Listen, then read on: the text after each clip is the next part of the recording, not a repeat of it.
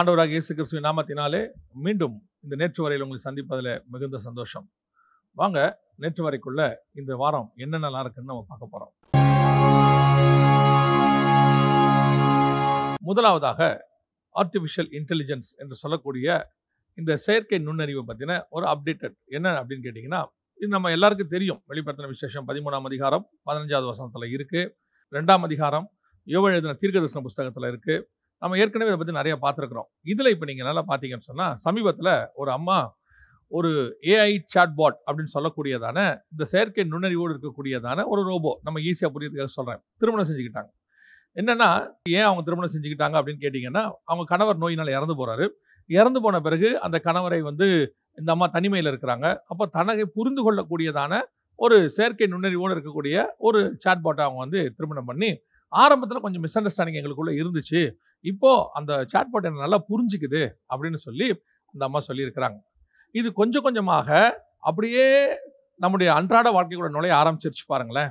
இப்போ இந்த அம்மா தன் வாழ்க்கை துணை அங்கே இருக்கிறாங்க. இதை தாண்டி நிறைய ஆஃபீஸ், அதாவது ஐபிஎம் உடையதான சிஇஓ சொல்கிறாரு, ஐபிஎம்மில் ஹெச்ஆர் ரோல்ஸில் இருக்கக்கூடிய எல்லாரையுமே எடுத்துட்டு ஆர்டிஃபிஷியல் இன்டெலிஜென்ஸோடு இருக்கக்கூடியதான காரியங்களை கொண்டு வராங்களாமா. இது மட்டும் இல்லை, ஆண்ட்ரோபிக் சிஇஓ அப்படின்னு சொல்லக்கூடியதான டேரியோ அப்படிங்கிறவர் அன்றாட வேலைகள் எல்லாம் போக போது, ஒயிட் காலர் ஜாப்ஸ் எல்லாம் போக போது, கேர்ஃபுல்லாக இருங்க, இப்போவே அதற்கான சட்டத்திட்டங்களை வகுக்க தொடங்குங்க, இல்லைனா ஒரு காலகட்டத்தில் இந்த தனி மனித வேலை இல்லாததுனால வரக்கூடிய விளைவுகளை நீங்கள் சந்திப்பீர்கள். உண்மை, 100% உண்மை.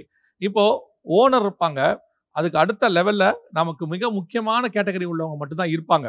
இந்த மாதிரி வேலை செய்கிறவங்க, ஒர்க்கர்ஸு, ஆர்டிஃபிஷியல் இன்டெலிஜென்ஸ் இருக்கிற டாக்டர்ஸு, இன்ஜினியர்ஸு, சிஇஓஸு, ஹெச்ஆர் எல்லாமே இவங்க ரீப்ளேஸ் பண்ண ஆரம்பிச்சிருச்சுன்னா, இப்போ அத்தனைக்கும் வேலை இருக்காது.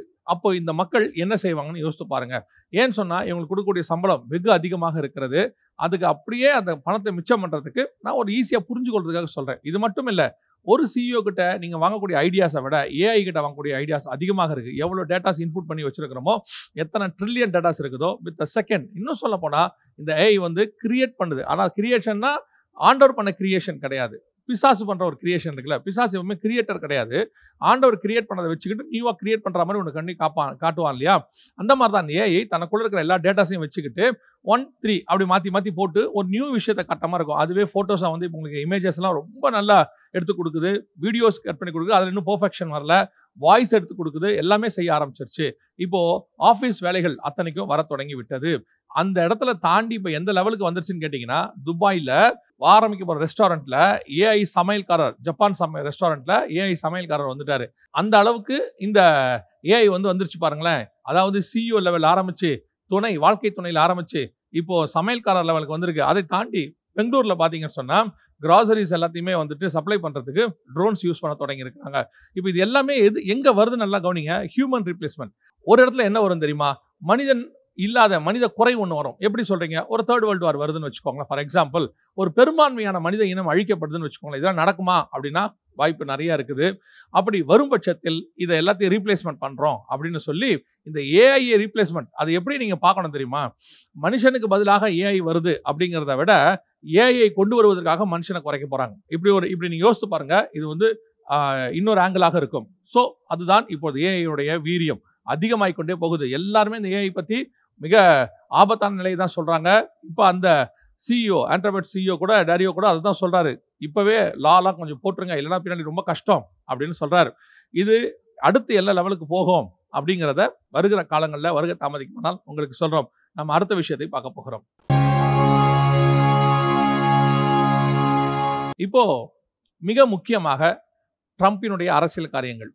நம்ம ஏற்கனவே சொல்லியிருக்கிறோம், அமெரிக்காவினுடைய வீழ்ச்சி ஐரோப்பாவினுடைய எழுச்சி. ஏன்னா ஐரோப்பாவிலிருந்து தான் நம்ம எதிர்பார்க்கக்கூடியதான சபைக்கு முன்னாடி இருக்கக்கூடிய கடைசி சாம்ராஜ்யம், சபை காலத்தினுடைய கடைசி சாம்ராஜ்யம் வரணும். அந்த கணக்கில் பார்த்தீங்கன்னா, இப்போ அமெரிக்காவுடைய கெய்த் கெலாக் என்று சொல்லக்கூடியதான மந்திரி, அவர் என்ன சொல்லியிருக்கிறார் அப்படின்னு கேட்டால், ஒன்று ட்ரம்ப் சொல்கிறபடியெல்லாம் கேட்டு செய்யறதுன்னா சொல்லுங்க, இல்லைனா பிஆர் ஃபினிஷ்டு. அவர் சொல்கிற வார்த்தை தான், நாங்கள் முடிச்சுக்கிறோம், யூரோப் நீங்கள் பார்த்துக்கோங்க, யூரோப் வில் டிசைட் அப்படிங்கிறார். இதுதான் ஐரோப்பாவினுடையதான எழுச்சிக்கும் அமெரிக்காவினுடையதான முடிவுக்குமான அற்புதமான வார்த்தை. என்னன்னு கேட்டால், வி ஆர் ஃபினிஷ்ட், நாங்கள் முடிச்சுக்கிறோம், இனி நீங்கள் பார்த்துங்க. ஏற்கனவே ஐரோப்பா சொல்லிருச்சு, இனி அமெரிக்காவை நம்பி பிரயோஜனம் இல்லை.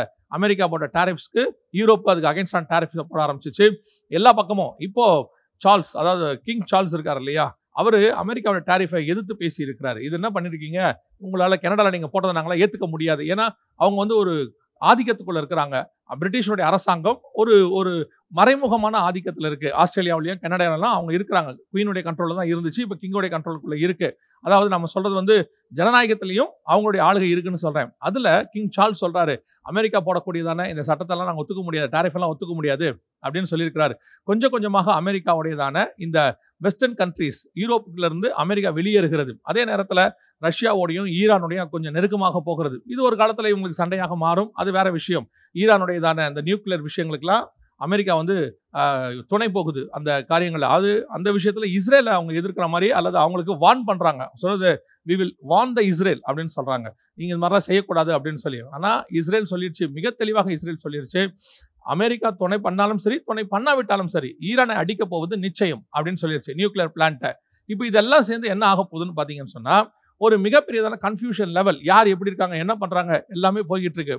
இது ஆக்சுவலா பிப்ளிக்கலா நான் உங்களுக்கு சொல்றேன். இது எப்படி போய் முடியும்னு கேட்டீங்கன்னா, இந்த ஜூன் மாசத்துல 2 ஸ்டேட் சொல்யூஷன் இதுல வருது, யூஎன்ல வருது இல்லையா, எருசலேமை 2ஆ பிரிக்க சொல்லி, அந்த இஷ்யூல இன்னும் கொஞ்சம் பெருசாகும் போது அது கடைசியாக ஒரு மிகப்பெரிய யுத்தம், அது கலவரம் அப்படின்ற இடத்துக்கு போய் நிறுத்தும்.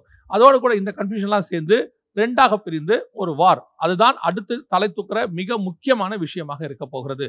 ஸோ அமெரிக்காவினுடைய ஆதிக்கம் முடிவடைந்து ஐரோப்பாவினுடைய எழுச்சி வருகிறது. பிப்ளிக்கலா சொல்லணும்னா கடைசி சாம்ராஜ்யம் நம் கண்களுக்கு முன்பாக எழும்புகிறது. இன்னும் அதிலிருந்து தான் நாம் எதிர்பார்க்கக்கூடிய கடைசி கால தீர்க்க தரிசனங்கள்லாம் நிறைவேறப் போகிறது. இன்னும் மிக முக்கியமான ஒரு விஷயத்தை சொல்லி இந்த நேற்று வரை நான் முடிக்க விரும்புகிறேன். கடைசியாக சமீபத்துல இப்போ ஒரு வாரமா எல்லா சேனல்லையும் டூம்ஸ்டே ஷெல்டர்ஸ் அப்படின்னு சொல்லி, அதாவது அழிவு நாளுக்கான பாதுகாப்பை உருவாக்குகிறோம் அப்படிங்கிறதான ஒரு வீடியோ பரபரப்பா போயிட்டு இருக்கு.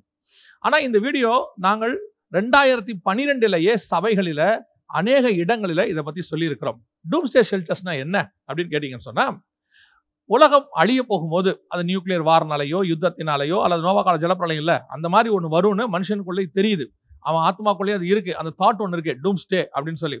ஒரு அழிவு ஒன்று வரும்பொழுது தப்பிப்பதற்காக பல நாடுகள் பூமிக்கு அடியிலையும் அல்லது மலைகளுக்கு அடியிலையும் அவங்க ஷெல்டர் வீடுகள் உருவாக்கி இருக்கிறாங்க.